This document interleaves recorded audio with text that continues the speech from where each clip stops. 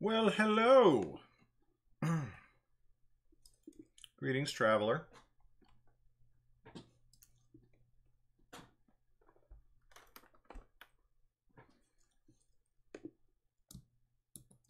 Oh, hi.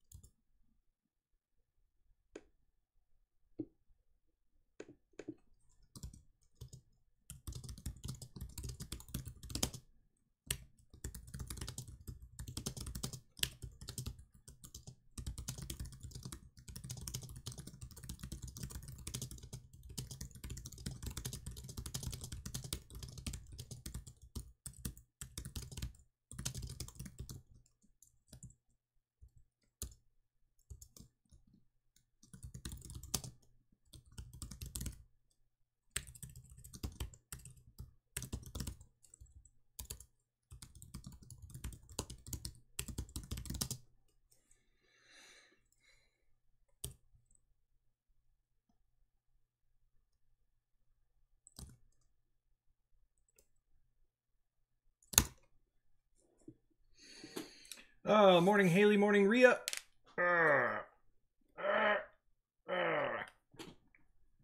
I'm not into Overwatch the game. I'm literally into everything else about Overwatch.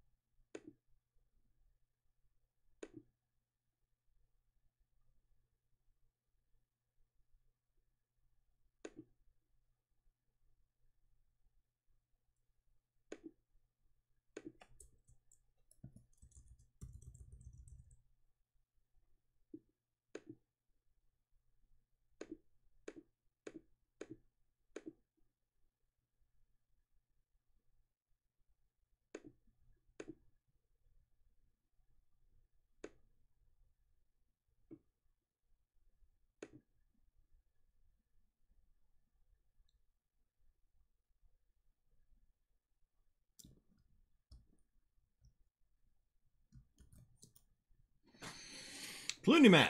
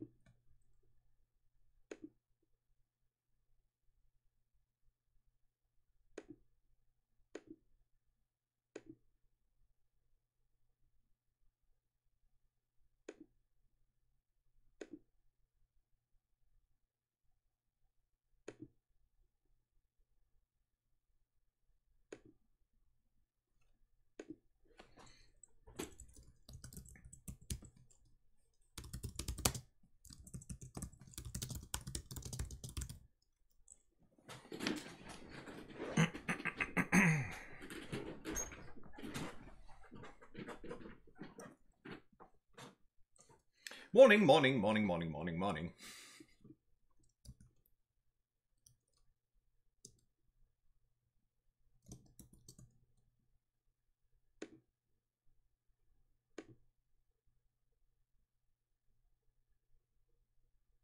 Streamlabs OBS? Does Streamlabs have a streaming... What?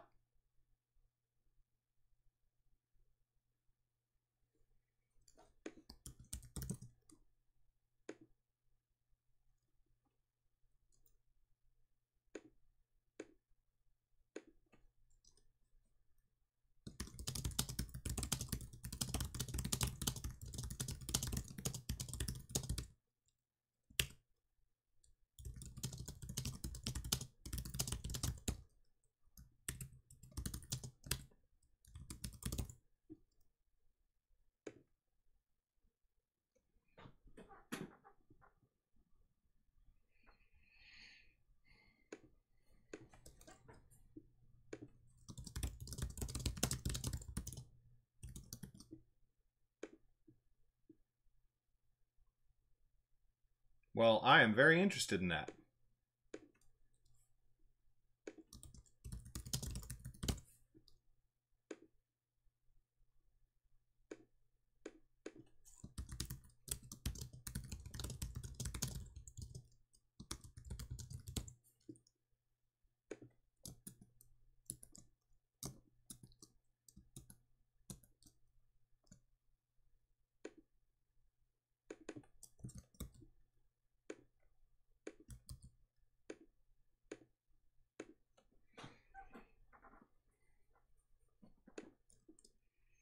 So what step am I on here? Alburn's backstory, yeah?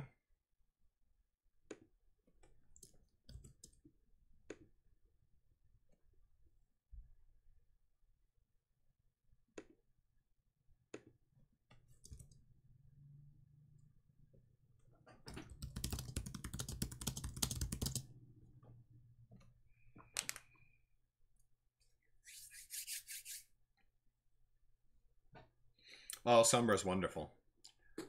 Boop!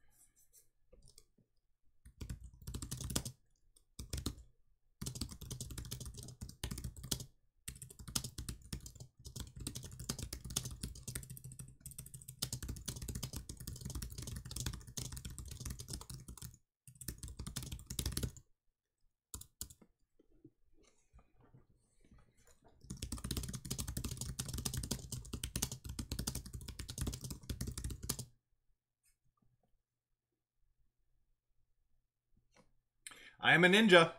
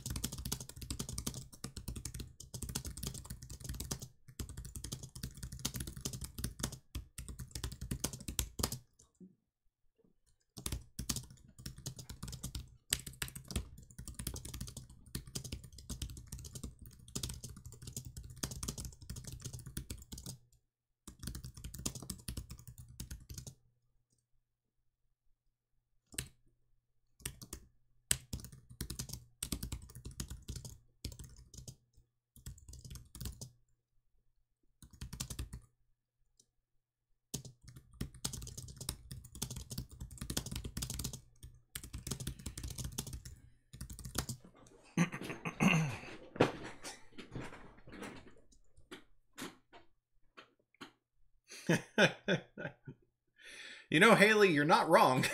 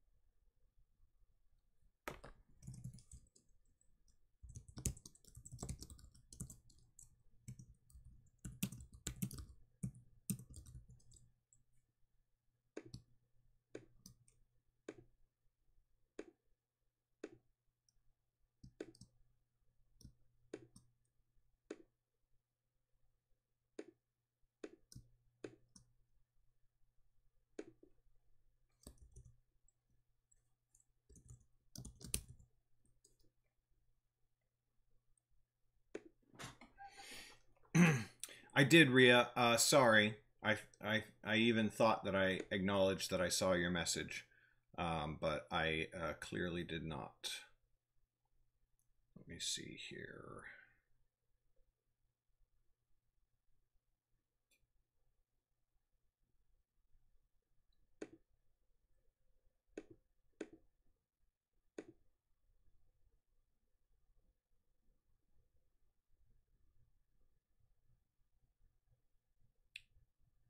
Oh my God.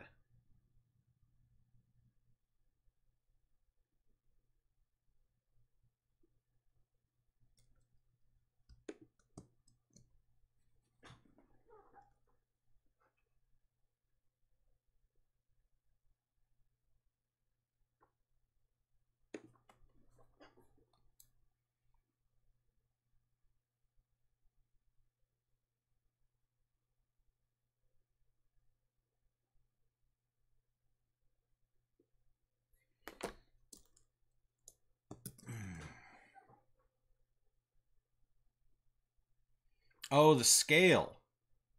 Um,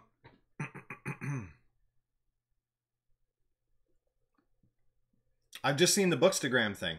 Yeah, I know people do Bookstagram, and my friend Amy has actually for like a very very long time been like, you should get into Bookstagram, but it just seems like one of those things that's like, uh, the, the the time investment would be considerable probably, and I don't, but like somebody just did it. Somebody just did a Bookstagram for one of my books, and now I'm just like, I want more of this all the time.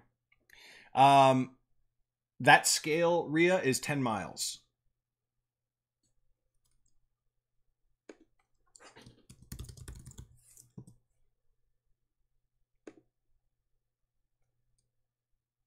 Megan, if you're watching this and you have me on in the background, please go look at the Bookstagram thing that was posted in the Underrealm Facebook group.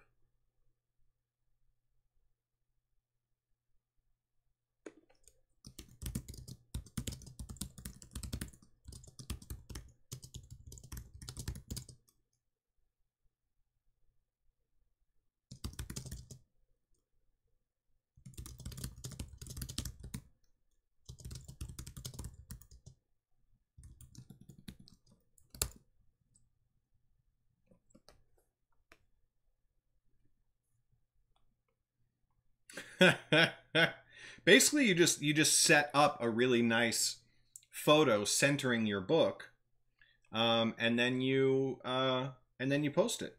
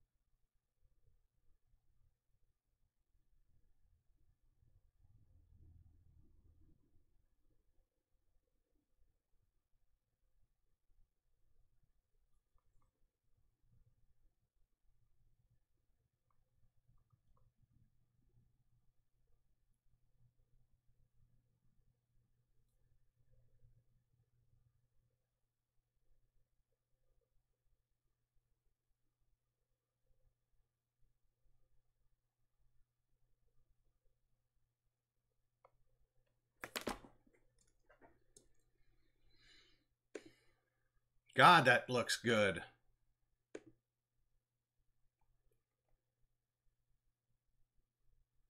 Bookstagram is just an Instagram thing. It's like BookTube.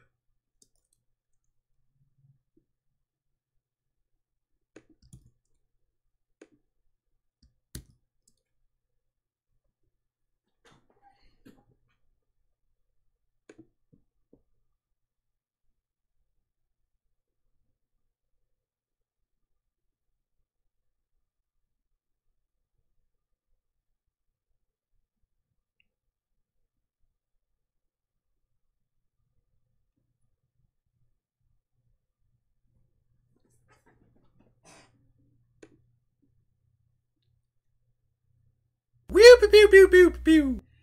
Hey, thanks for the follow, Cassie Faber. I'm gonna go with Cassie Faber. Yeah, much appreciated.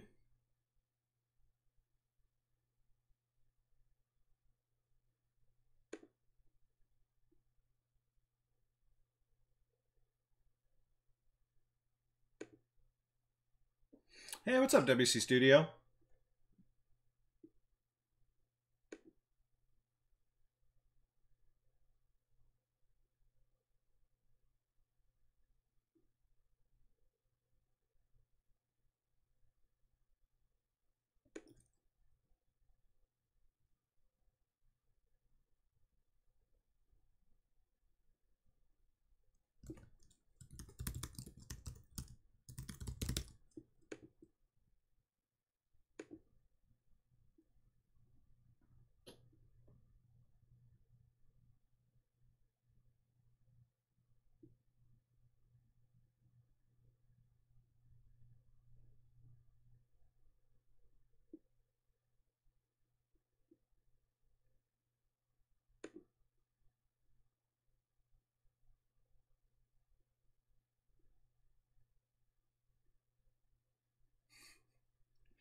Boy, Megan wants to act fast.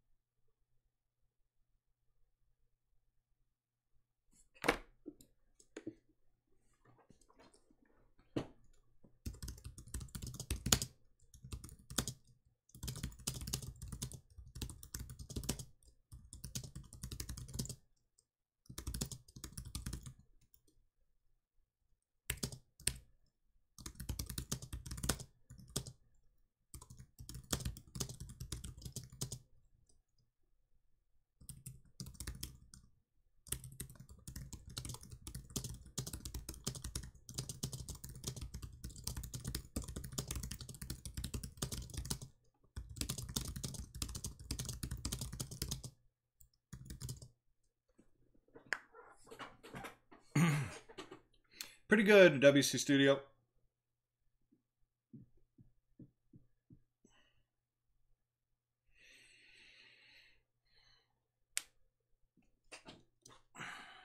I do have a lot of swords, so we've got that going for us.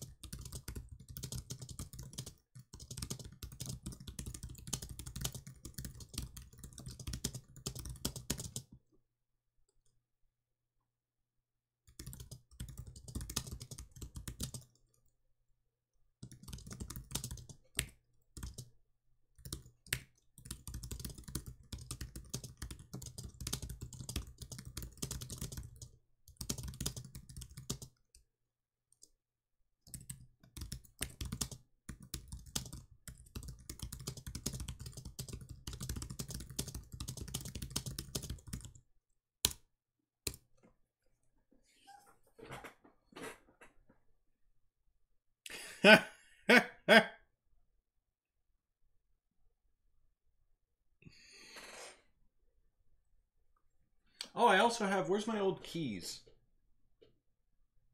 Somewhere kicking around here, I have old cast iron keys that look wonderful and would fit perfectly.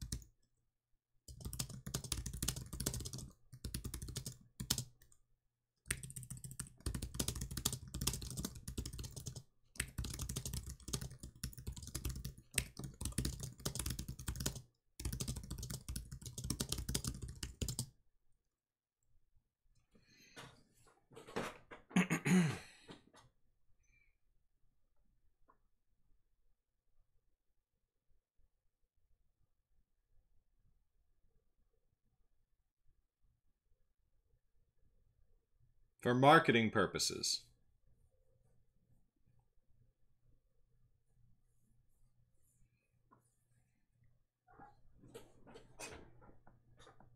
Oh my God, Haley.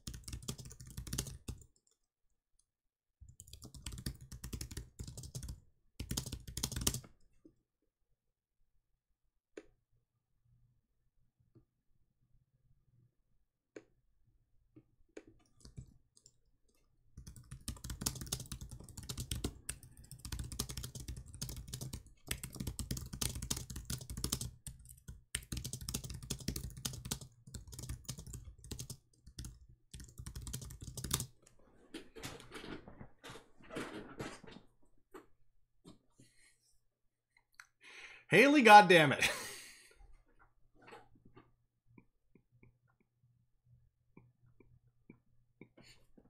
Here we go. Here we go. Hold on.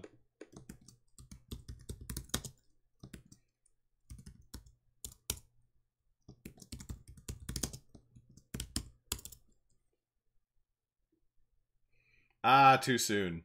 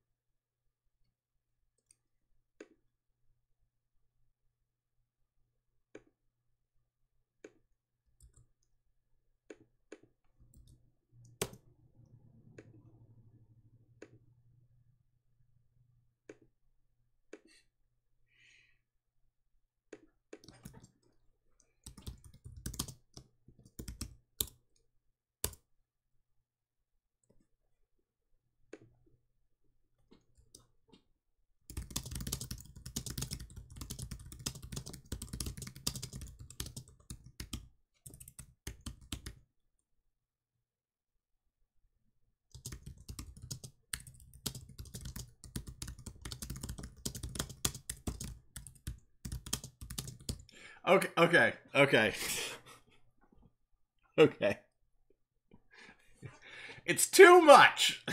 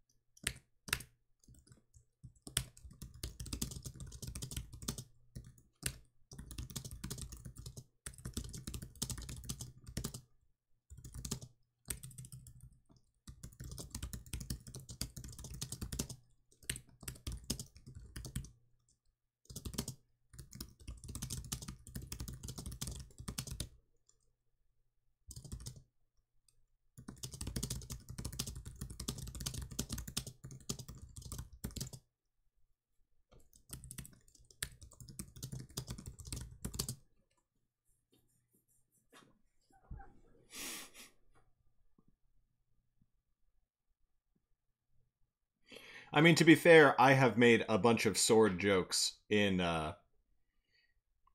in the Underrealm novels. So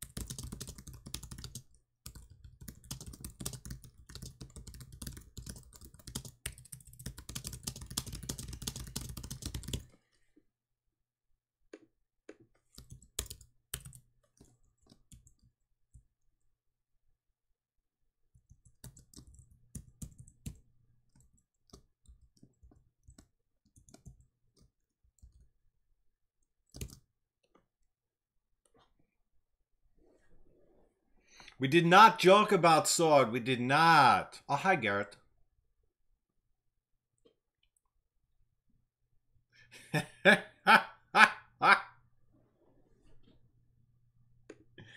Here we go.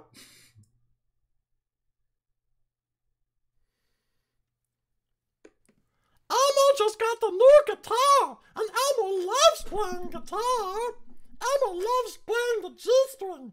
Elmo takes the G-string and he goes, "Bling, bling." He runs his finger under the G-string sometimes, but what Elmo really loves is the D.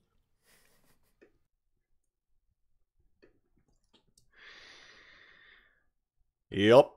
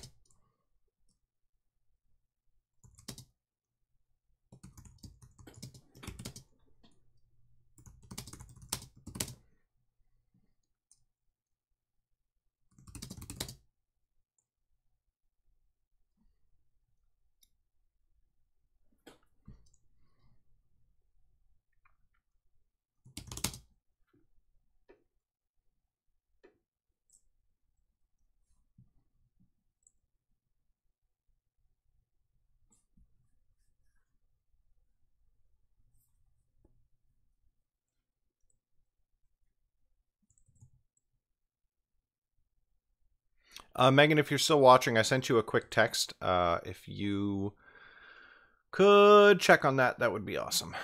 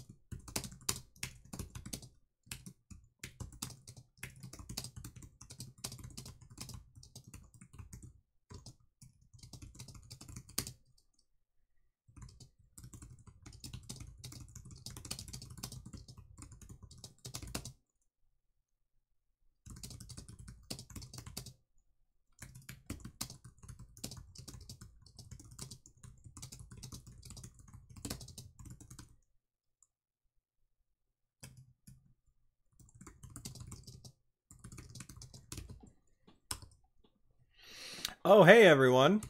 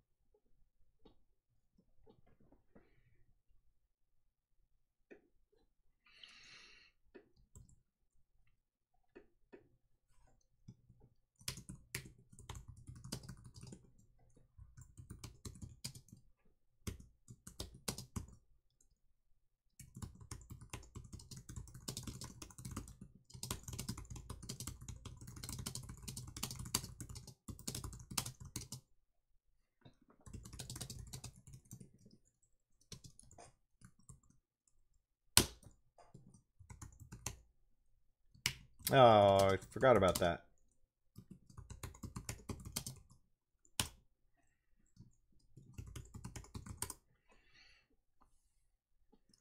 Wait, what?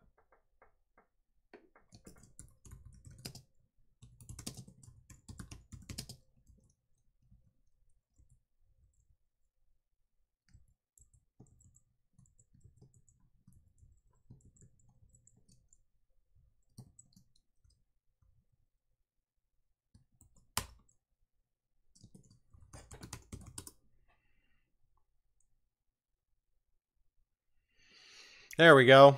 Command fixed. Only took me 5 tries.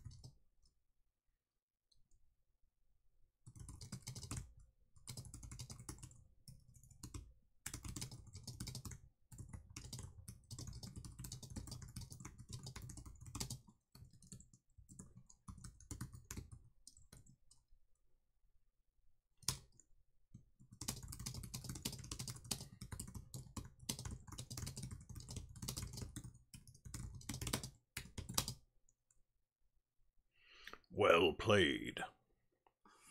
I'm a really big fan of my Twitch notifications on Fortinbuff on the gaming channel. And like, yeah. I really can't wait for the day when like all of the notifications are being used. You know what I mean? Like, yeah. There's some really, really good notifications on that channel.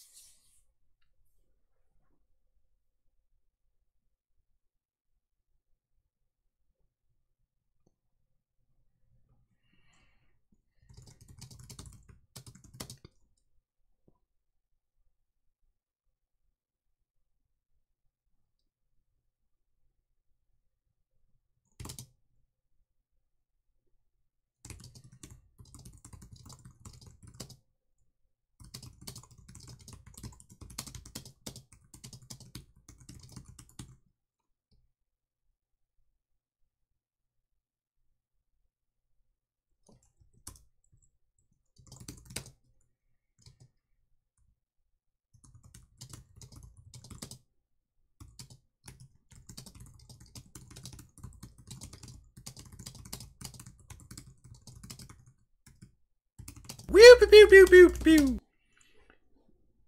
You had never followed me, Meg? Wait, I'm very confused.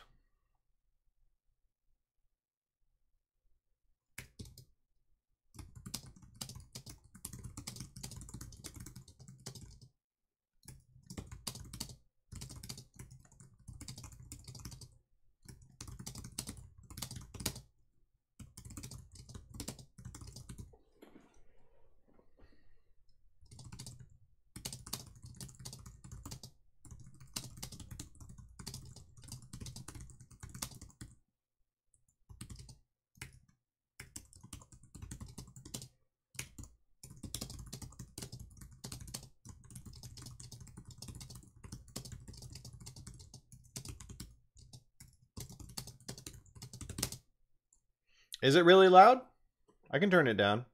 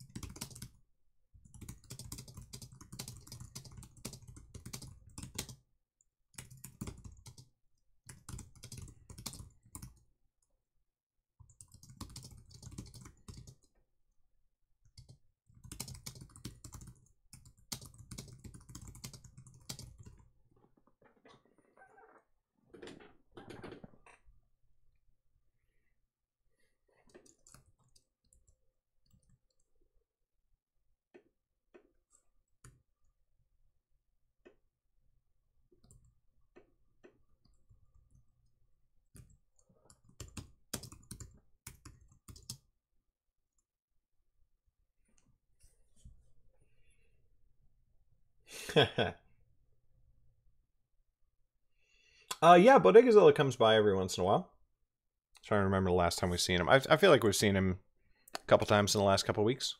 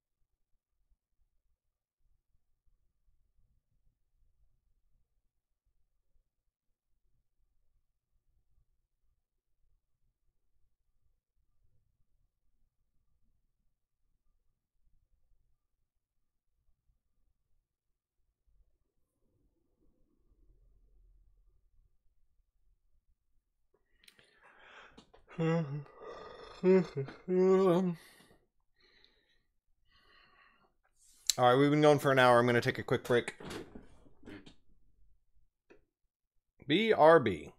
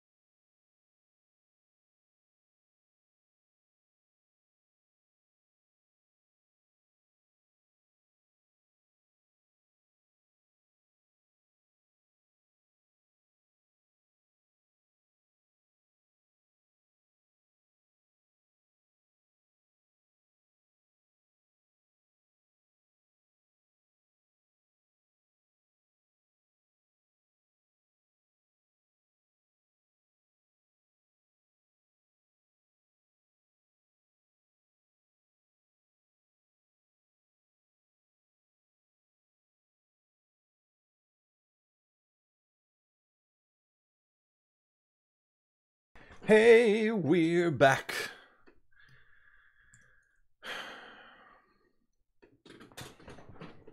That break was a little longer than normal because I processed a print order. Somebody bought Nightblade Volume 1-2. I fucking love shipping books.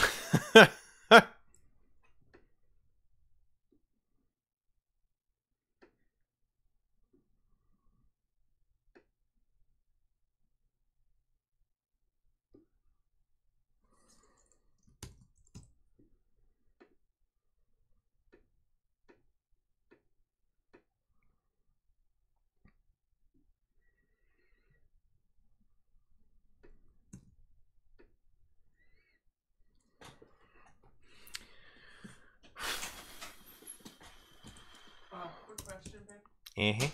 Sorry. The video of the kids taking books to the post office was on the camera. Yeah, it's on my computer somewhere. I'm gonna do a thing with it at some point. I'd like to do a thing with it too.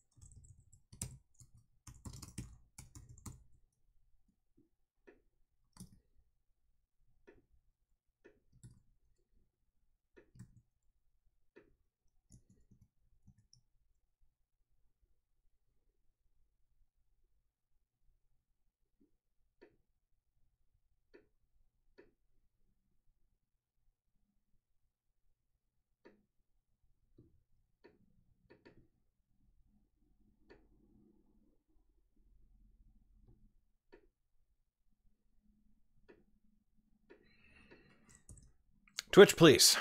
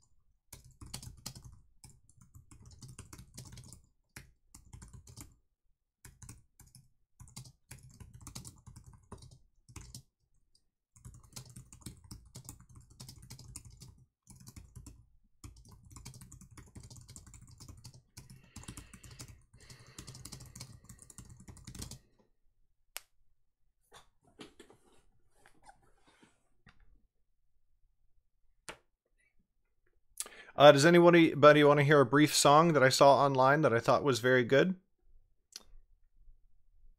Well, you're going to anyway. I am the very model of a very stable genius. I have a mighty button and no problems with my penis. I have no time for television, golf, or social media, since my brain is way better than the best encyclopedia. I like to tweet the lies of racist grievances historical. When Russian ties are mentioned, I deny them categorical. I do not feel the sting of words because I am a Venus. I am the very model of a very stable genius. What is this? I love the internet. It is it is a song somebody did. Based on I am the very model of a modern major general.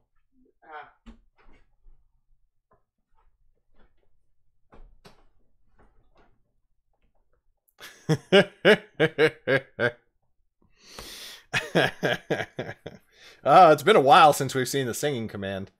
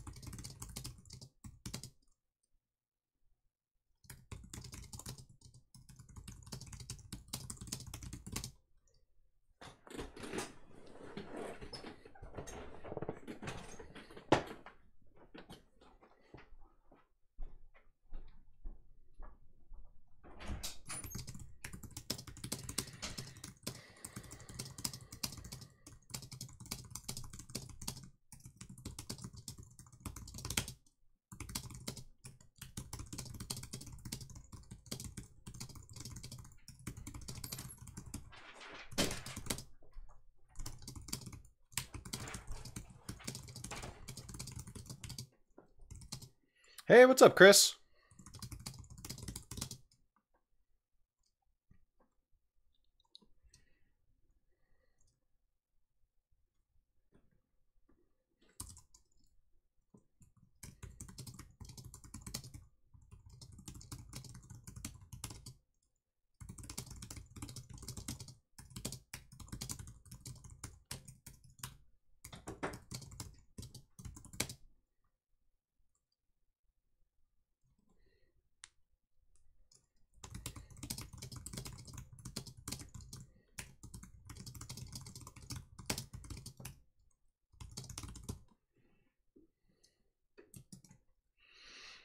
Okay.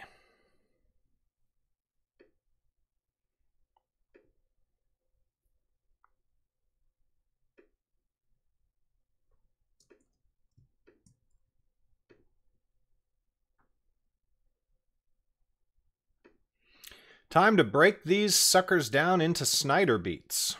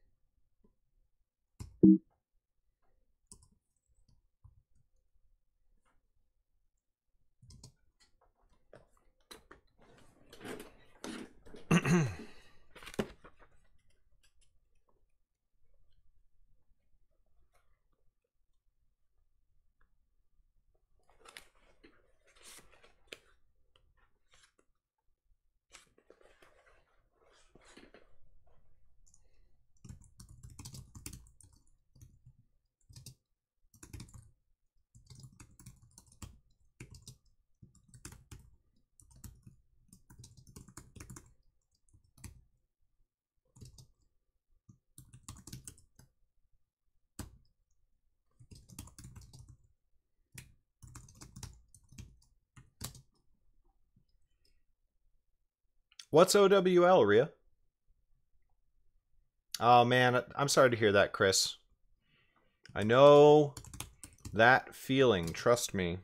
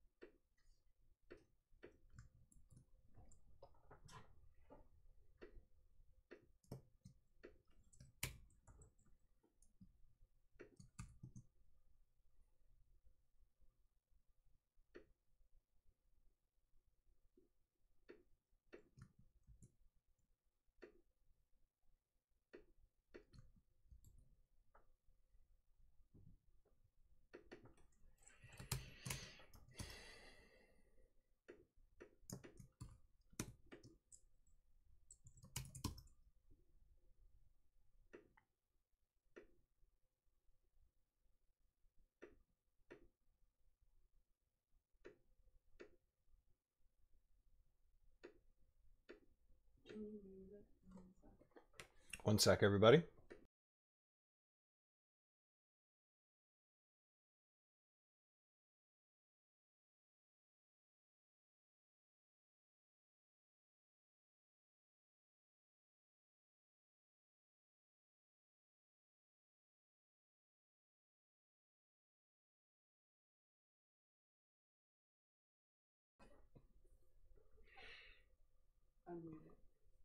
I unmuted it. Overwatch League. Huh. Interesting.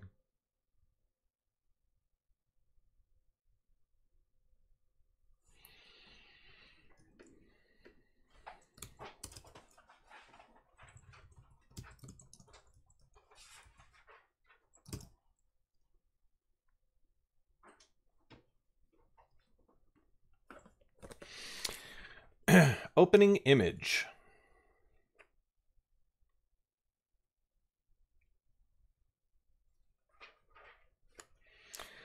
Opening image. The very first impression of what a movie is, its tone, its mood, the type and scope of the film are all found in the opening image. I can think of many great ones: the reckless motorcycle ride through the English countryside leading to the death of Lawrence of Arabia, the gated, looming castle behind which lurks the mysterious Citizen Kane, and even silly ones like the opening image of Animal House. Who could forget the motto of Faber College? Knowledge is good, beneath the statue of the Faber College founder. Don't we know what we're in for with all three of these examples? Don't each of these opening images set the tone, type, style, and stakes of the movie as a whole? The opening image is also an opportunity to give us the starting point of the hero. It gives us a moment to see a before snapshot of the guy or gal or group of people we're about to follow in this adventure we're all going to take. Presumably, if the screenwriter has done his job, there will also be an after snapshot to show how things have changed. Like many of the beats on the Blake Snyder beat sheet, the opening image has a matching beat, the final image. These are bookends, and because a good screenplay is about change, these two scenes are a way to make clear how that change takes place in your movie. The opening and final images should be opposites, a plus and a minus, showing change so dramatic it documents the emotional upheaval that the movie represents. Often actors will only read the first and last 10 pages of a script to see if that drastic change is in there, and see if it's intriguing. If you don't show that change, the script is often tossed across the room into the reject pile. So the opening image does a lot. It sets the tone, mood, and style of the movie, and very often introduces the main character and shows us a before snapshot of him or her. But mostly what it does is get us to scrunch down in our seats in the movie theater and say, this is going to be good. And since you've just screened a dozen movies like the one you're about to write, you can think of at least 6 that have standout opening images. All good movies have them.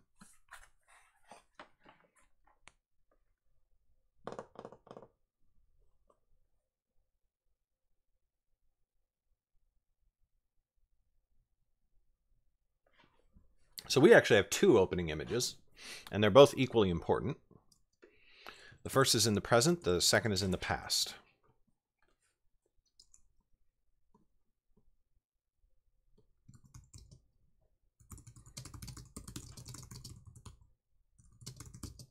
Oh, whoa, whoa, whoa, whoa, whoa, whoa. Why are we in a negative word count?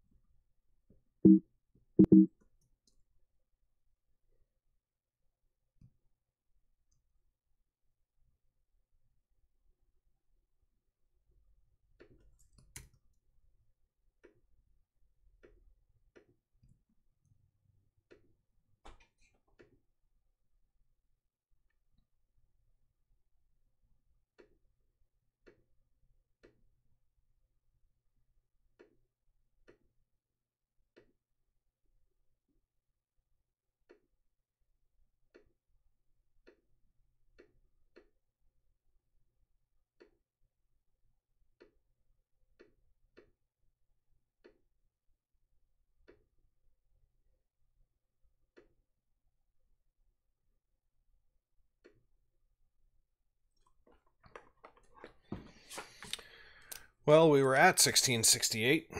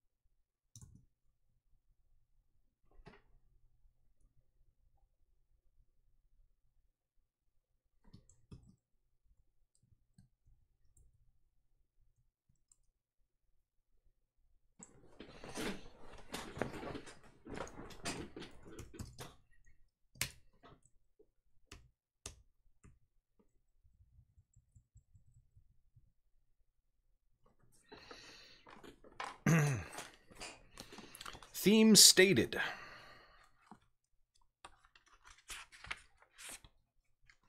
Somewhere in the first 5 minutes of a well-structured screenplay, someone, usually not the main character, will pose a question or make a statement, usually to the main character, that is the theme of the movie. Be careful what you wish for. This person will say, or pride goeth before a fall, or family is more important than money. It won't be this obvious, it will be conversational, an offhand remark that the main character doesn't quite get at the moment, but which will have far-reaching and meaningful impact later. This statement is the movie's thematic premise. In many ways, a good screenplay is an argument posed by the screenwriter, the pros and cons of living a particular kind of life or pursuing a particular goal. Is a behavior, dream, or goal worth it, or is it false? What is more important, wealth or happiness? Who is greater in the overall scheme of things, the individual or the group? And the rest of the screenplay is the argument laid out, either proving or disproving the statement and looking at it pro and con from every angle. Whether you're writing a comedy, a drama, or a sci-fi monster picture, a good movie has to be about something. And the place to stick what your movie is about is right up front. Say it out loud right there. If you don't have a movie that's about something, you're in trouble. Strive to figure out what it is you're trying to say. Maybe you won't know until your first draft is done, but once you do know, be certain that the subject is raised right up front. Page 5 is where I always put it, but make sure it's there. It's your opening bid. Declare, I can prove it, then set out to do so. Setup. 1 through 10. The first 10 pages of the script, or first dozen pages at most, is called the setup. If you're like me and like most readers in Hollywood, this is the make or break section where you have to grab me or risk losing my interest. Think of all the good setups you've seen in the first reel, the first 10 minutes, which sets up the hero, the stakes, and the goal of the story, and does so with vigor. The setup is also the place where, if you're me, the writer, I make sure I've introduced or hinted at introducing every character in the A story. Watch any good movie and see, within the first 10 minutes, you meet or reference them all. Make sure by your page 10 you have done the same. The first 10 pages is also where we start to plant every character tick, exhibit every behavior that needs to be addressed later on, and show how and why the hero will need to change in order to win. She's an isolated writer who lives in a make-believe world, romancing the stone. He's a hip, slick, and savvy foreign car importer who's as glib as he is cold, Rain Man. She's a ditzy airhead who doesn't appear to have much substance, legally blonde. And when there's something that our hero wants or is lacking, this is the place to fix the 6 things that need fixing. This is my phrase. 6 is an arbitrary number that stands for the laundry list you must show. Repeat, show the audience of what is missing in the hero's life. Like little time bombs, these 6 things that need fixing, these character ticks and flaws, will be exploded later in the script, turned on their heads and cured. They will become running gags and callbacks. We, the audience, must know why they're being called back. Look at Big in its primary setup. You have to be this tall to go on this ride. On the list of 6 things that need fixing, there are other needs besides a height requirement. The kid in Big can't get the girl, have any privacy, etc. But in Act 2, he gets all those things when he magically turns big. And those callbacks only work because we have seen them in the setup. Hi. Ignore me. Okay. I'm looking for something. Geez, but that's a lot of stuff to do in the first 10 pages, but there it is. If you want to play with the big boys, these are the tasks you must accomplish. One last word on the setup as it relates to Act 1. I like to think of movies as divided into 3 separate worlds. Most people call these 3 acts. I call them thesis, antithesis, and synthesis. The first 10 pages and the rest of Act 1 is the movie's thesis. It's where we see the world as it is before the adventure starts. It is a full-fledged documentation of the hero's world labeled before. There's a calm before the storm in this world, and especially in the setup. If events that follow did not occur, it would pretty much stay this way, but there's a sense in the setup that the storm's about to hit, because for things to stay as they are is death. Things must change.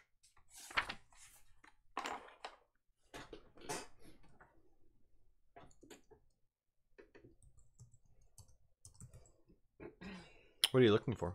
Joanna Penn's book. I don't have it in print. Ah, good. That would be why you can't find it. Cool. Mystery solved. Ow. You okay? No, I'm fine.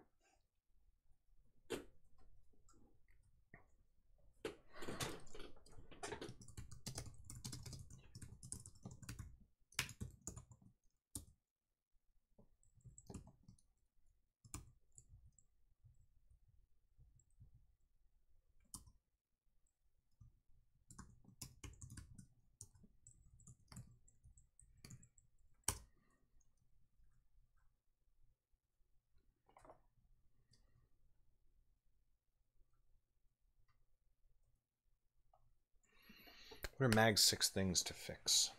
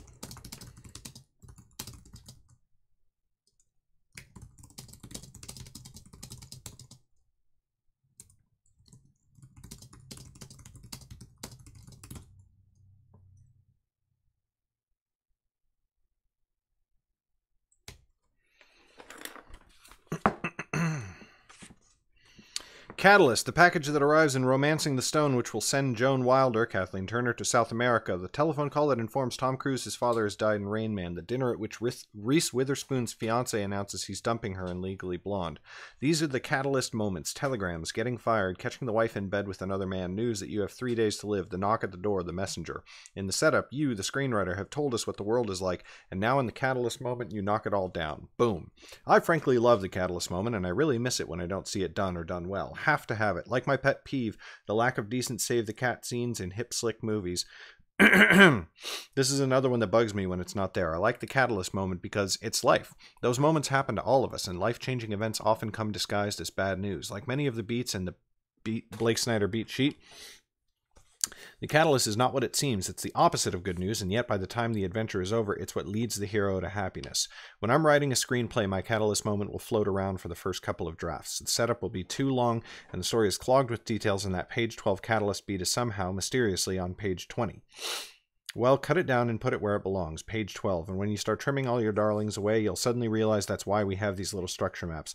All that boring detail was redundant, or you weren't very good about showing it economically. The catalyst point is the first moment when something happens, thank God, and if it's not there, the reader will get antsy. Your coverage will read no plot because you'll have lost the reader's attention. Page 12, catalyst, do it. The page 12 notes are obviously very specific to screenplays, but that's fine.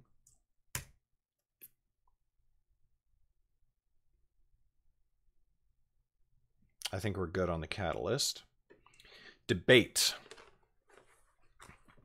Debate is important, and it's also long. It's supposed to be, according to Blake Snyder, which is, again, screenplay. It's not quite the same thing.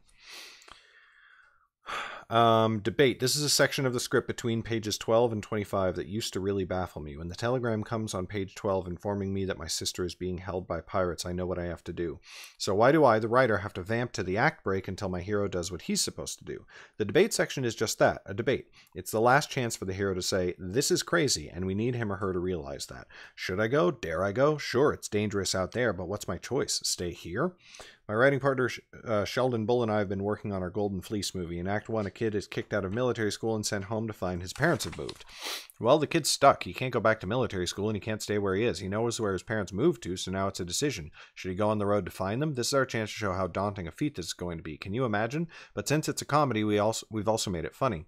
Our kid hero is taken to the edge of town at the end of Act 1 by a friendly cabbie. The kid looks ahead to a spooky-looking road down which he knows he must travel if he is to find his folks. Gulp. But his fear is quickly made light of when he's heckled by a driver passing by. And so on a fun note and making a firm decision, off he goes. Your moment of truth may not be so clear-cut, but it's important to remember that the debate section must ask a question of some kind. In Legally Blonde, the catalyst of the fiancé dumping Elle Woods quickly segues to her solution. Go to Harvard Law. But can she get in? That is the question posed in the debate section of that movie. The debate section thus becomes showing how Elle answers that question.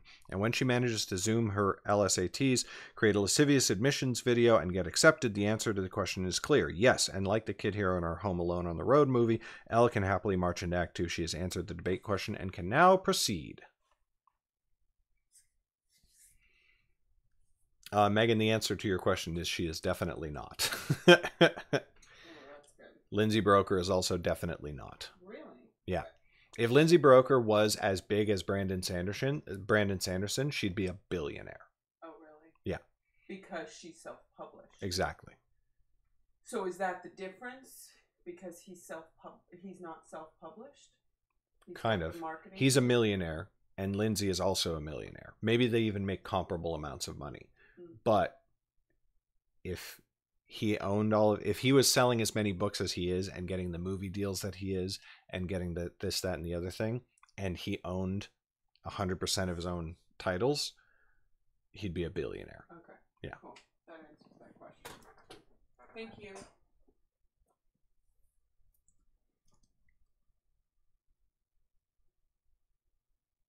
Oh, yeah, we have to check out that artist.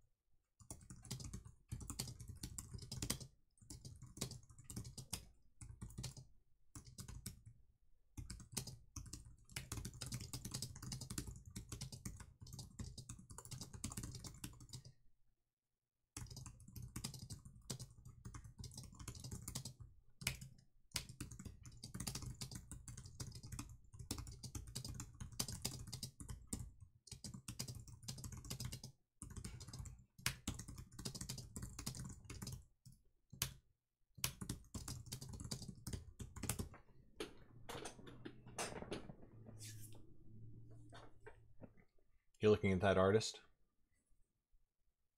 No.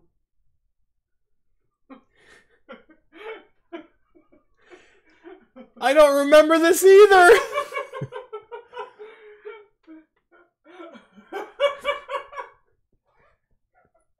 It does sound like something you'd say, but I don't remember. What the hell is happening? Oh, I love that. Okay, I've derailed. I've derailed your writing. Speaking of railed. And it's gone farther.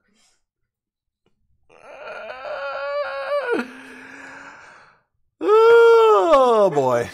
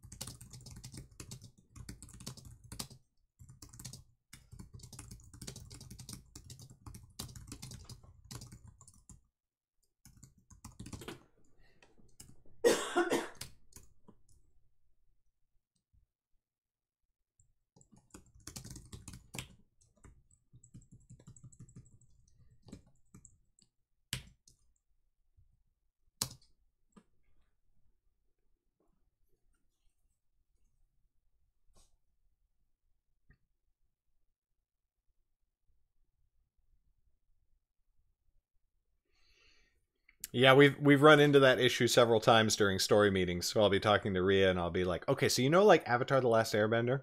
She's like, "Nope." Oh, okay. You know that moment in Captain America: Civil War? Nope. Okay, fine. You know that part in Star Wars where you do know that part in Star? Nope.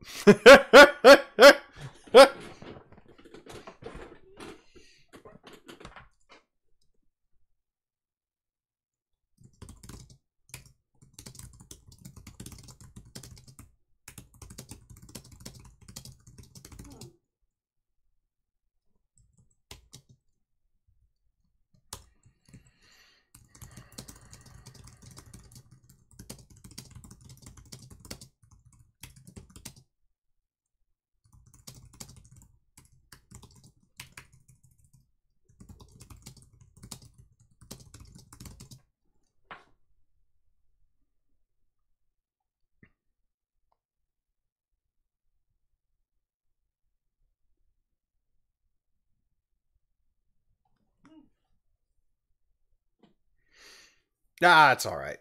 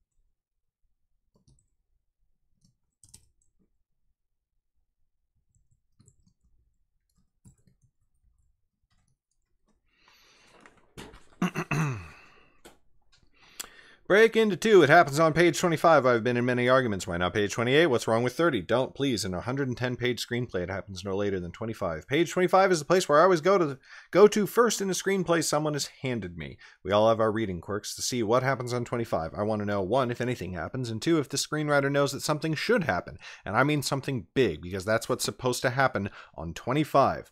As discussed above, the act break is the moment where we leave the old world, the thesis statement behind, and proceed into a world that is the upside down version of that, its antithesis.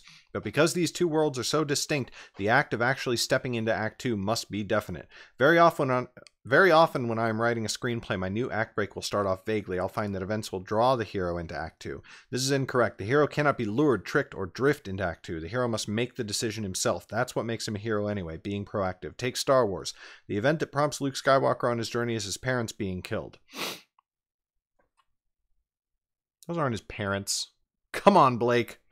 I've said that before. But the decision to go on the road is his. Luke cannot wake up on Han Solo's starship wondering how he got there. He has to choose to go. Make sure your hero does likewise.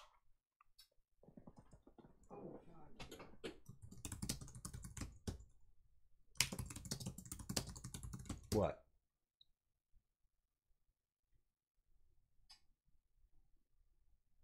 I don't think I understand the LGBT category in books.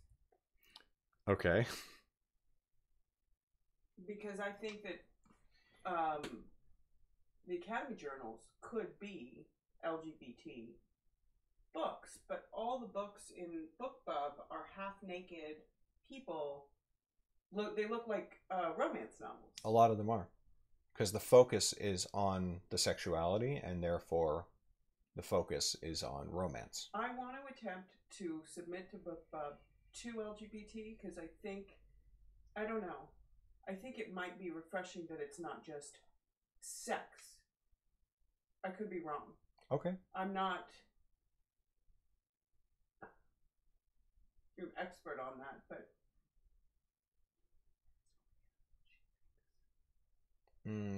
Let's talk about it more off stream. okay. Yeah.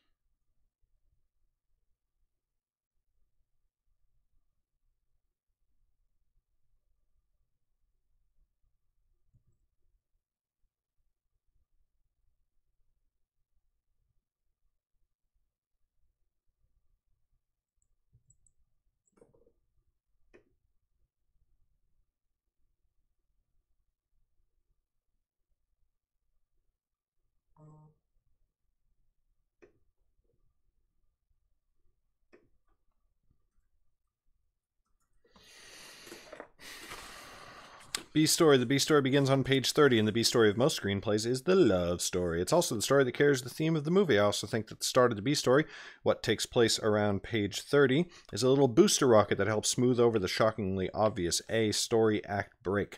Think about it. You've set up the A story, you've put it into motion, now we've had this abrupt jump into Act 2, and we've landed in a whole new world. The B story says, enough already, how about talking about something else, which is why the cutaway is usually in line with the A story, but new in scope. The B story gives us a breather. Let's take Legally Blonde, for instance. The B story is Elle's relationship with the manicurist she meets in Boston, and it is a much-needed break from the A story. We've met Elle, she's been dumped, she's decided to go to law school, she gets there, and school is tough. Well, enough already. Let's have a little time out. Let's go slightly off theme here and meet someone new. Thus, the manicurist. And yes, while it is not a traditional boy-girl love story, it is in fact the love story. It's where Elle will be nurtured. It is also the place where Elle confides what she is learning in the school of hard knocks she's experiencing at Harvard Law, and the place from which she'll draw the strength she needs for the final push into Act 3 and ultimate victory. Hey, what's up, Dread? The B story is also very often a brand new bunch of characters. We have not always met the B story players in the first 10 pages of the screenplay. We did not even know they existed, but since Act 2 is the antithesis, they are the upside-down versions of those characters who inhabit the world of Act 1. Again, the B story ally in Legally Blonde is a perfect example. Isn't Jennifer Coolidge, the wonderful actress who portrays manicurist Paulette Bonafonte, the funhouse mirror version of the girls from Elle's sorority house back at UCLA? This is why the character is so successful. She's a classic antithesis creature. The B story then does a lot, and you must have when it provides not only a love story and a place to openly discuss the theme of your movie, but gives the writer the vital cutaways from the A story, and it starts on 30.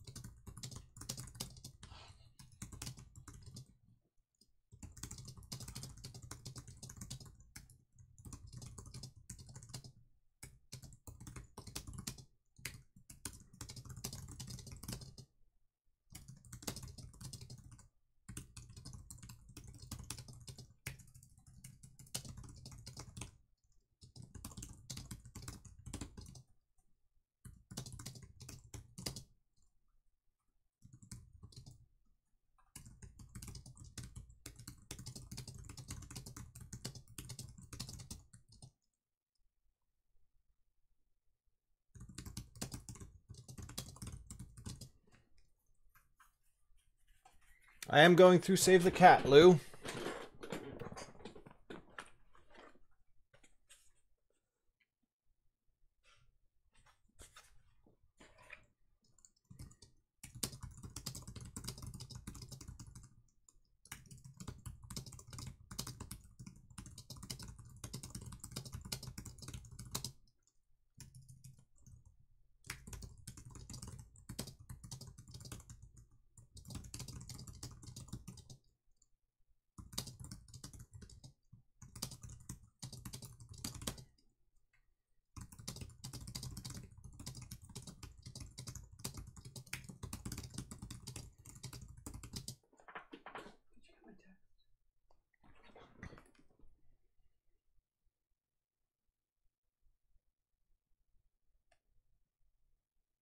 Oh, you know what? Actually, it's a good time for a break.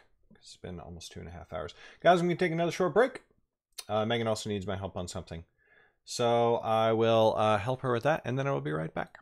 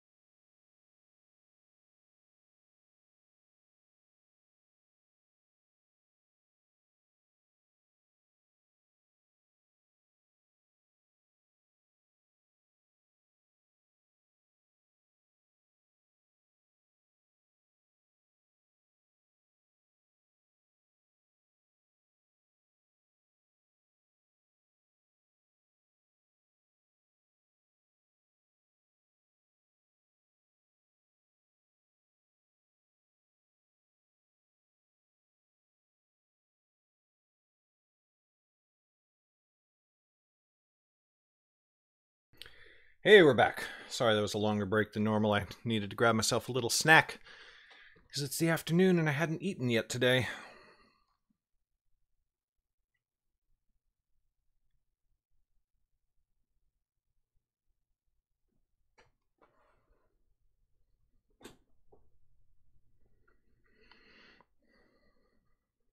How many words are you at?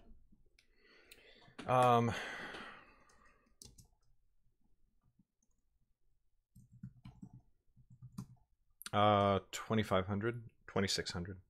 Okay, let me stop talking to you. Okay. You don't have to stop talking to me.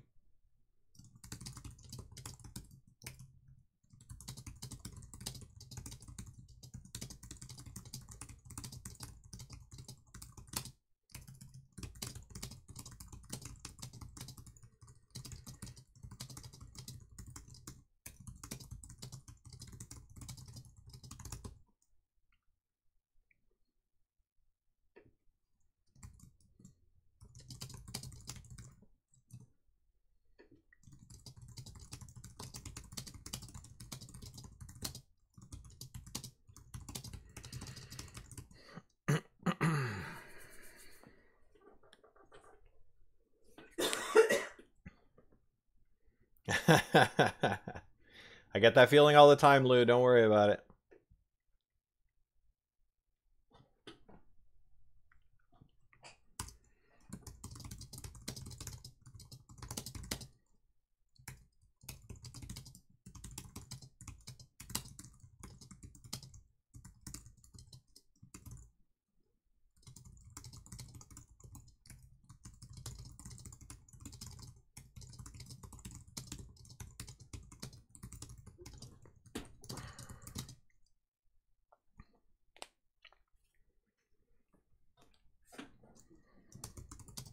I'm gonna start listening to videos. I'm going in the other room.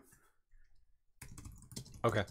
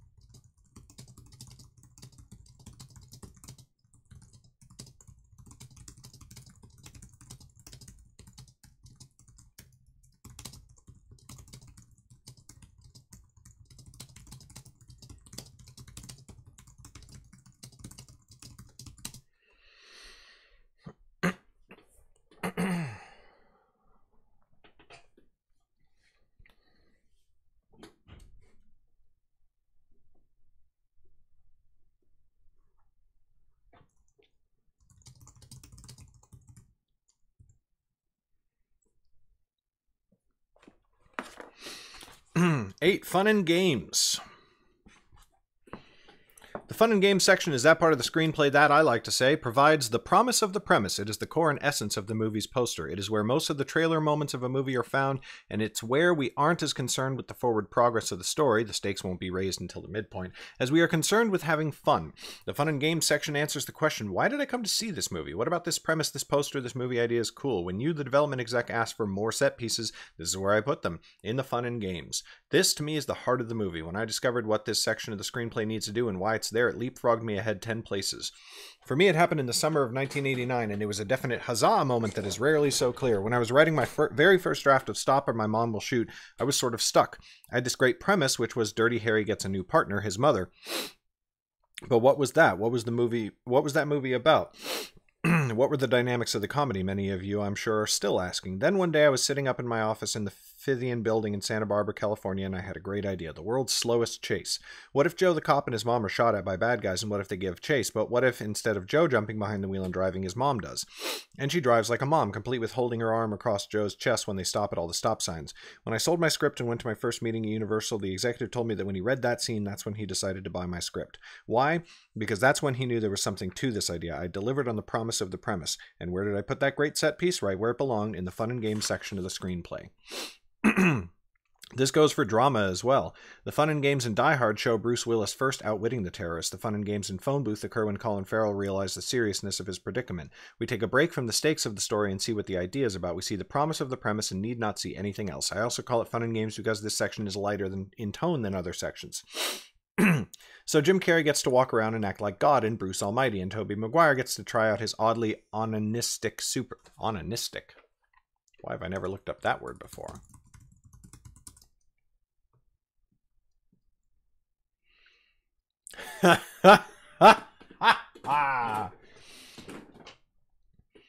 Onanistic.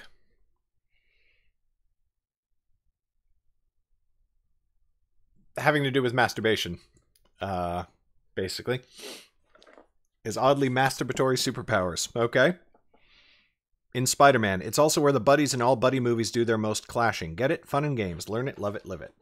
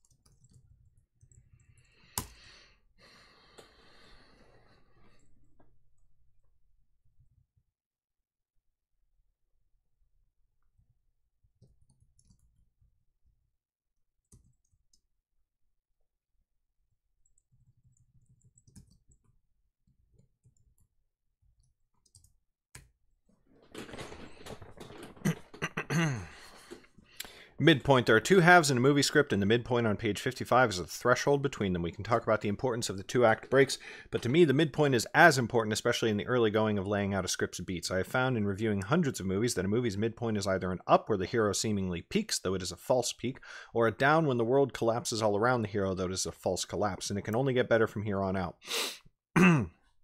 When you decide which midpoint your script is going to require, it's like nailing a spike into a wall good and hard. The clothesline that is your story can now be strung securely. I made the discovery...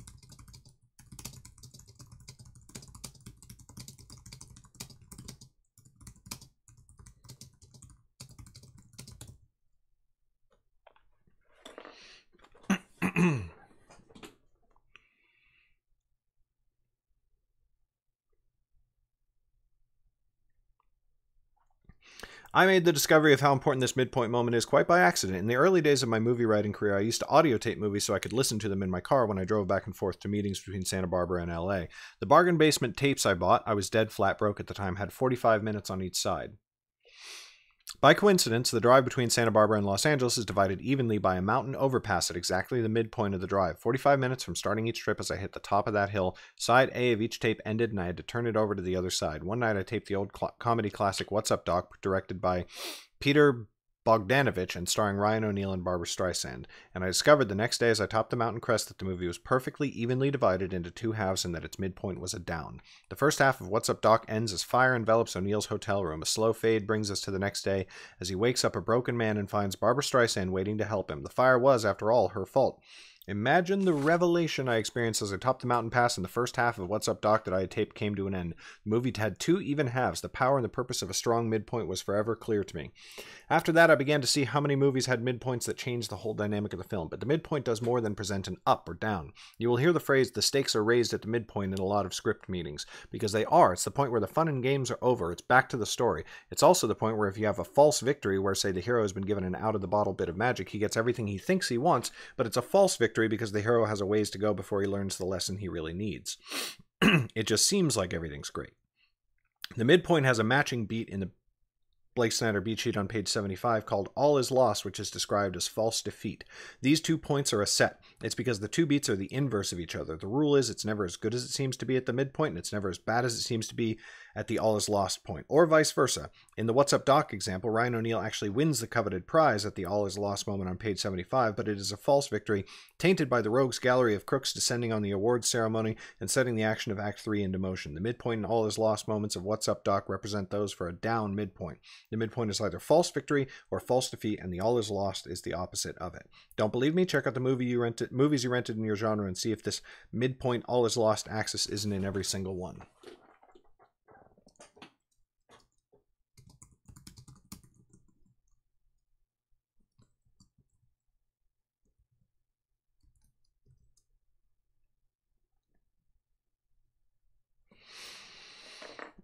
Bad guys close in. This section of the script from page 55 to page 75, the midpoint to the All Is Lost, is the toughest part of the screenplay. There's a hard bit of truth for you. It never fails to be the most challenging for me, and there's no method to get through it other than to just muscle your way. This is where your skills as a bullhead come in handy. The term bad guys close in applies to the situation the hero finds himself in at the midpoint. All seems fine, but even though the bad guys, be they people, a phenomena, or a thing, are temporarily defeated and the hero's team seems to be in perfect sync, we're not done yet. This is the point where the bad guys decide to regroup and send in the heavy artillery. It's the point where internal dissent, doubt, and jealousy begin to disintegrate the hero's team. I've never had an easy time with Bad Guys Close In. It's the weakest part of Blank Check, and Colby and I were convinced at the time that it was fatal to our story. While writing a teen comedy called Really Mean Girls with Sheldon Bull, we had a similarly hard time with this section, not to mention the fact that we didn't know Tina Fey was writing Mean Girls already. In our very similar story, 4 underdog girls decide to fight back against the evil blonde alpha females in their high school. By midpoint, they have outbitched them, sent the Mean Girls packing, and become the superior clique in school. Well, now what? Sheldon and I didn't have a clue. We answer that question after a lot of painful think time by going back to the basics. The evil girls naturally regroup. We even wrote a very funny scene where we see them do that. Then internal descent among our heroes begins. Popularity starts to go to their heads. Each begins to take credit for their victory. And the question of who is the most popular divides them. By all is lost, it's the reverse of the way it is at the midpoint. The evil girls resume their rightful place and our heroes depart the field in shame. All is really lost. That simple dynamic took us weeks to figure out. It only seems obvious now. Until we solved it, we didn't know. That is a classic example of what should happen in the Bad Guys Close In section of any script. The forces that are aligned against the hero, internal and external, tighten their grip. Evil is not giving up and there is nowhere for the hero to go for help. He is on his own and must endure. He is headed for a huge fall, and that brings us to...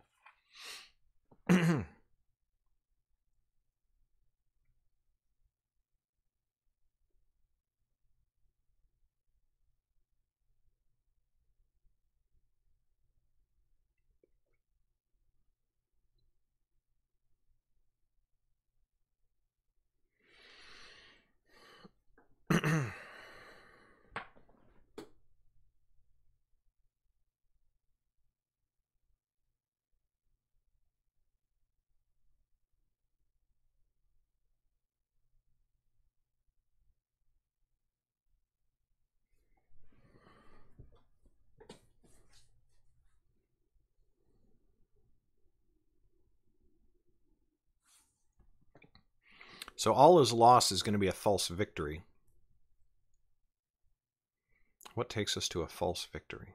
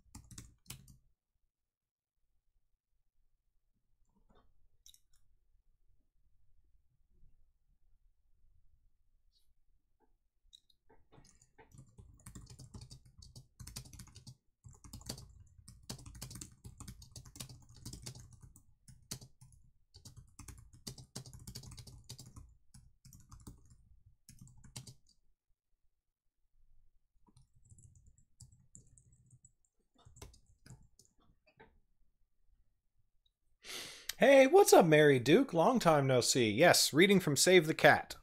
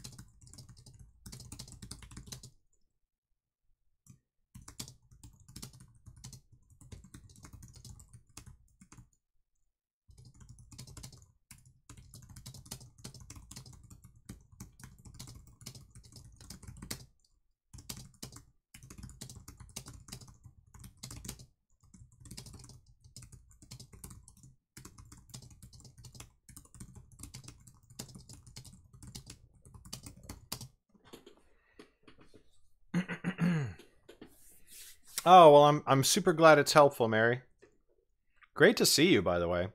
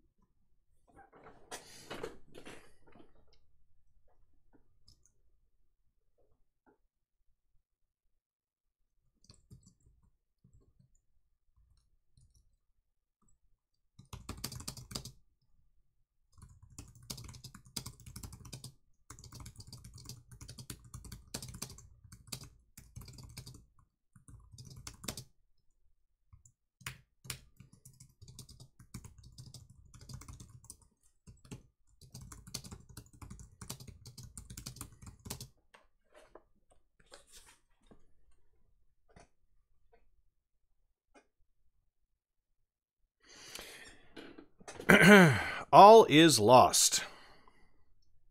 As addressed above, the all is lost point occurs on page 75 of a good, well-structured screenplay. We know it is the opposite of the midpoint in terms of an up or down. It is also the point of the script most often labeled false defeat, for even though all looks black, it's just temporary, but it seems like a total defeat. All aspects of the hero's life are in shambles, wreckage abounds, no hope. But here's my little trade secret that I put into every all is lost moment just for added spice, and it's something that many hit movies have. I call it the whiff of death. I started to notice how many great movies use the all is lost point to kill someone. Obi-Wan in Star Wars is the best example. What will Luke do now? All is lost in the place where mentors go to die, presumably so their students can discover they had it in them all along. The mentor's death clears the way to prove that. But what if you don't have an Obi-Wan character? What if death isn't anywhere near your story? It doesn't matter. At the all is lost moment, stick in something, anything that involves a death.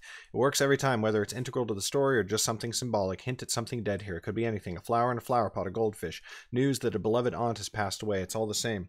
The reason is that the all is lost beat is the Christ on the cross moment, where the old world, the old character, the old way of thinking dies, and it clears the way for the fusion of thesis, what was, and antithesis, the upside down version of what was, to become synthesis, that being a new world, a new life. And the thing you show dying, even a goldfish, will resonate and make the all is lost moment all the more poignant. You'd be surprised where this truism shows up. In the comedy hit Elf starring Will Ferrell, the filmmakers stick exactly to the BS too, and there's even a moment where the whiff of death is clearly seen. In that story about a human, Will raises an elf in Santa Claus' North Pole. Will comes to New York to find his real dad, James Caan. The hilarious upside-down world of Act 2 includes a classic antithesis character, Will's love interest, who is working as a fake elf in a department store at Christmas time. But later, when it all goes to hell one night for poor Will, when his real father rejects him and the world gets too complicated, we even have a death moment at page 75. Will pauses on a city bridge and, looking out at the water way below, clearly contemplates suicide. When I saw this film in the theater, I practically yelled out, "See, whiff of death," but managed to restrain myself, and yet there it was, plain as day. Take a look at your dozen movie screen and find the all is lost point. Does it have the whiff of death in some aspect? Most certainly it will. All good primal stories must have this. It resonates for a reason. All is lost. Dark Knight of the Soul. So now you're in the middle of a death moment at the all is lost point, but how does your character experiencing this moment feel about it? This question is answered in a section of the screenplay I call Dark Knight of the Soul. It can last 5 seconds or 5 minutes, but it's in there, and it's vital. It's the point, as the name suggests, that is the darkness right before the dawn. It is the point just before the hero reaches way deep down and pulls out that last best idea that will save himself and everyone around him. But at the moment, that idea is nowhere in sight. I don't know why we have to see this moment, but we do. It's the "Oh Lord, why hast thou forsaken me" beat. I think it works because, once again, it's primal. We've all been there, hopeless, clueless, drunk, and stupid, sitting on the side of the road with flat tire and 4 cents, late for the big appointment that will save our lives. Then and only then, when we admit our humility and our humanity and yield our control of events over to fate, do we find the solution. We must be beaten and know it to get the lesson. The Dark Knight of the Soul is that point. It's in comedies and dramas because it's real and we all identify, and in a good, well-structured screenplay, it's in there between pages 75 and 85, and thank God, because by page 85, when the hero finally figures it out, we get to see him realize...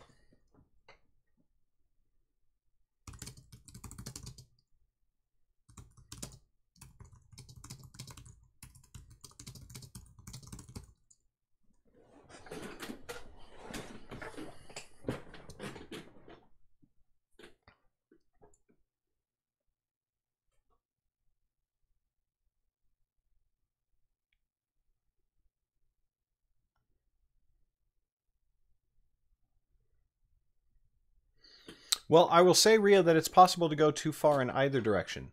It's possible to get so involved in reading about how to write and learning about structure and learning about structure and learning about structure and learning about structure and learning about structure and learning and never fucking writing, right? We all know people like that. But it's also possible to get too into it, and like, this is a thing that happens a lot, especially in the arts, where somebody is just sort of naturally good at something, and so they go in and they're like, oh, hey, you know, I'm gonna do this thing and I'm pretty good at it, so I'm just gonna keep doing it, and not realize that you'd be better at it if you learned the structure. You know what I mean? It's balance. Everything is supposed to be a balance.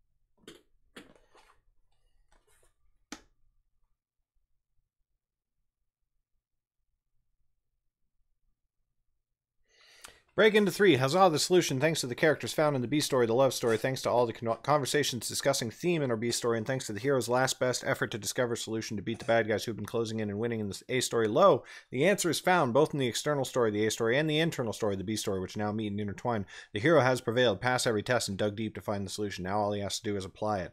The classic fusion of A and B is the hero getting the clue from the girl that makes him realize how to solve both, beating the bad guys and winning the heart of his beloved. An idea to solve the problem has emerged. The world of synthesis is at hand.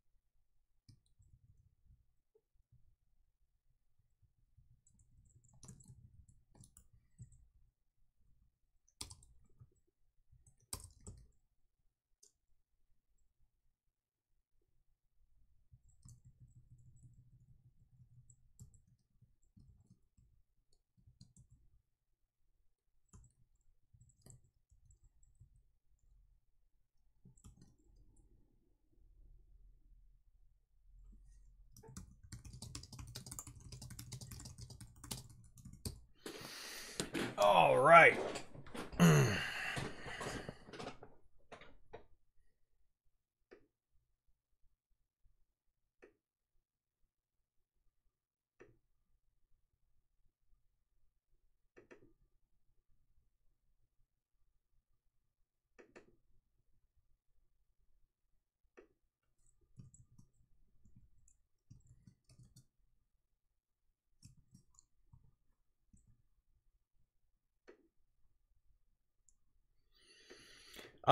So we finished the Snyder beats.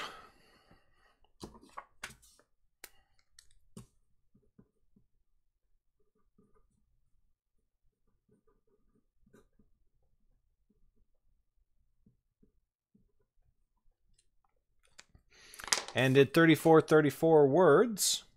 And that's actually where I'm going to end for the day.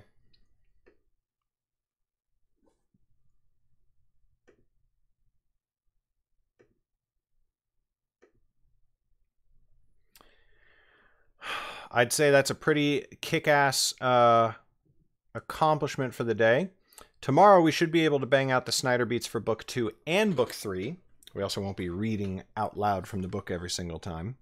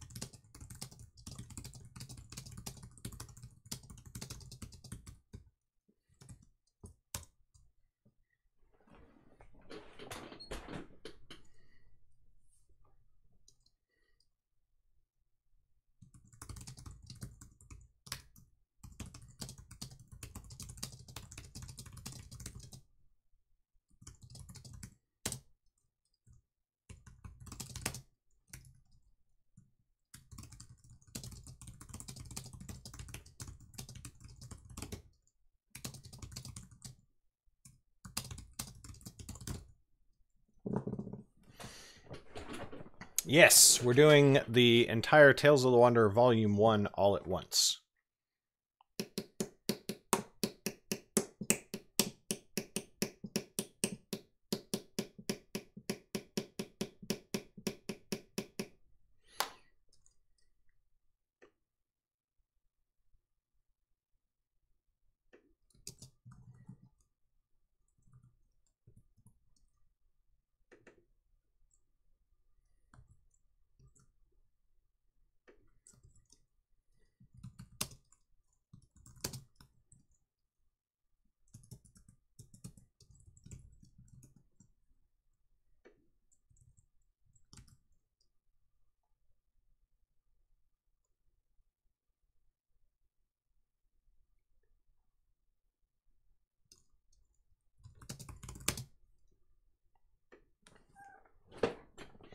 So, our plan tomorrow, Snyder beats for books 1 and 2. Day after that, scene paragraphs for book 1.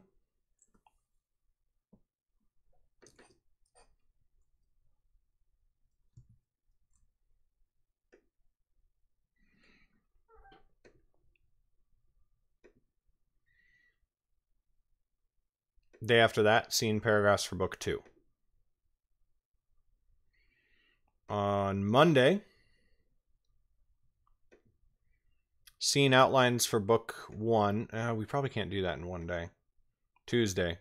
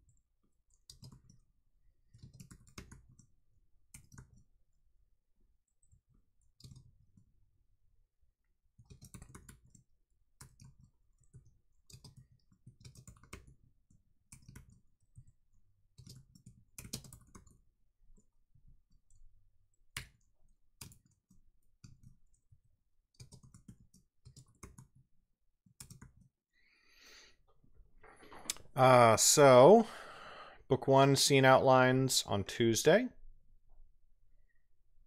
Book 2 scene outlines next Thursday.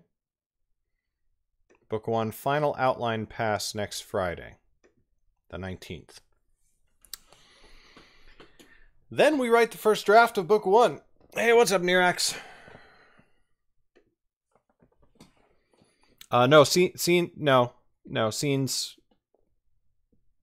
scenes kind of, yeah. Scenes are definitely a book thing. It's all the action that takes place in one place at one time.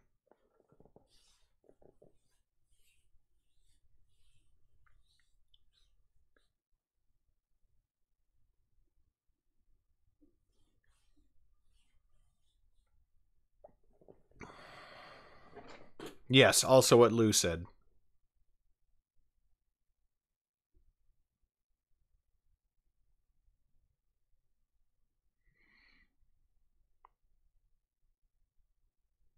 So then on the first draft, we'll be going hardcore on our word count, trying to make up for the days that we didn't, quite hit our word count so far this month. But let's say we finish that first draft in...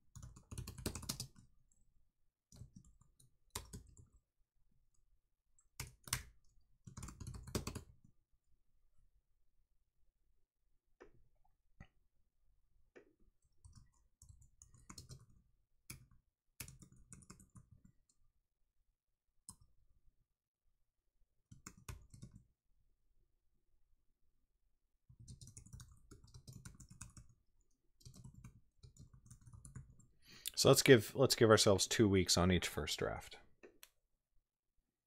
So if that starts done by February 2nd.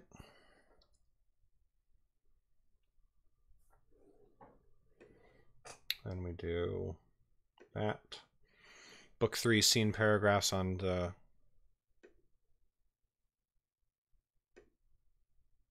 5th. Book 2 final outline pass on the 6th.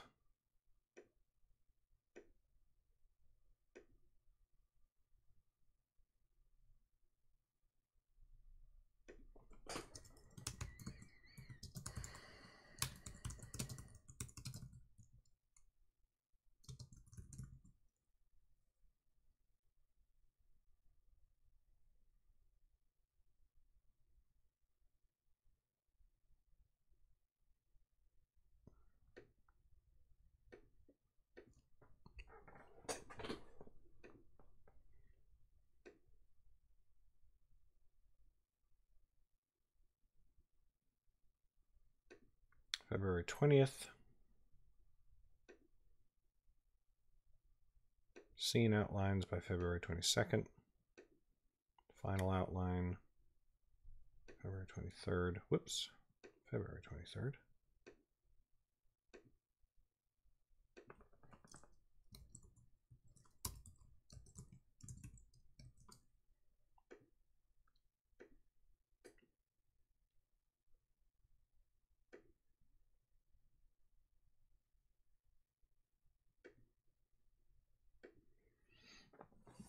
First draft by March 9th.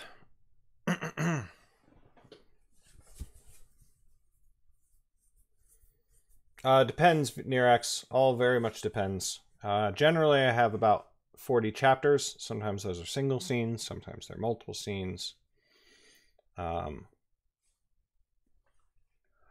I just write from the beginning of the book to the end. I decide how to organize it in chapters later. Yeah, Kristen, it's pretty cool.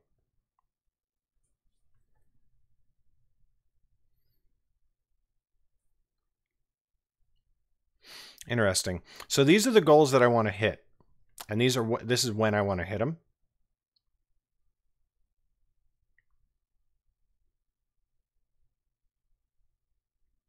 And then we're going to be using our extra time each day for other stuff. Work on chronicles, editing other people's work, doing cover designs and everything like that. So that's what we're going to be focused on. And when the outlines on these are done, we're going to figure out our word count goals each day in order to hit our drafting deadlines. And then the extra time that we're going to be using on that each day, that's actually going to go into Quest. So we're going to start working on the outline for that once this outlining is done. You know what I mean? So.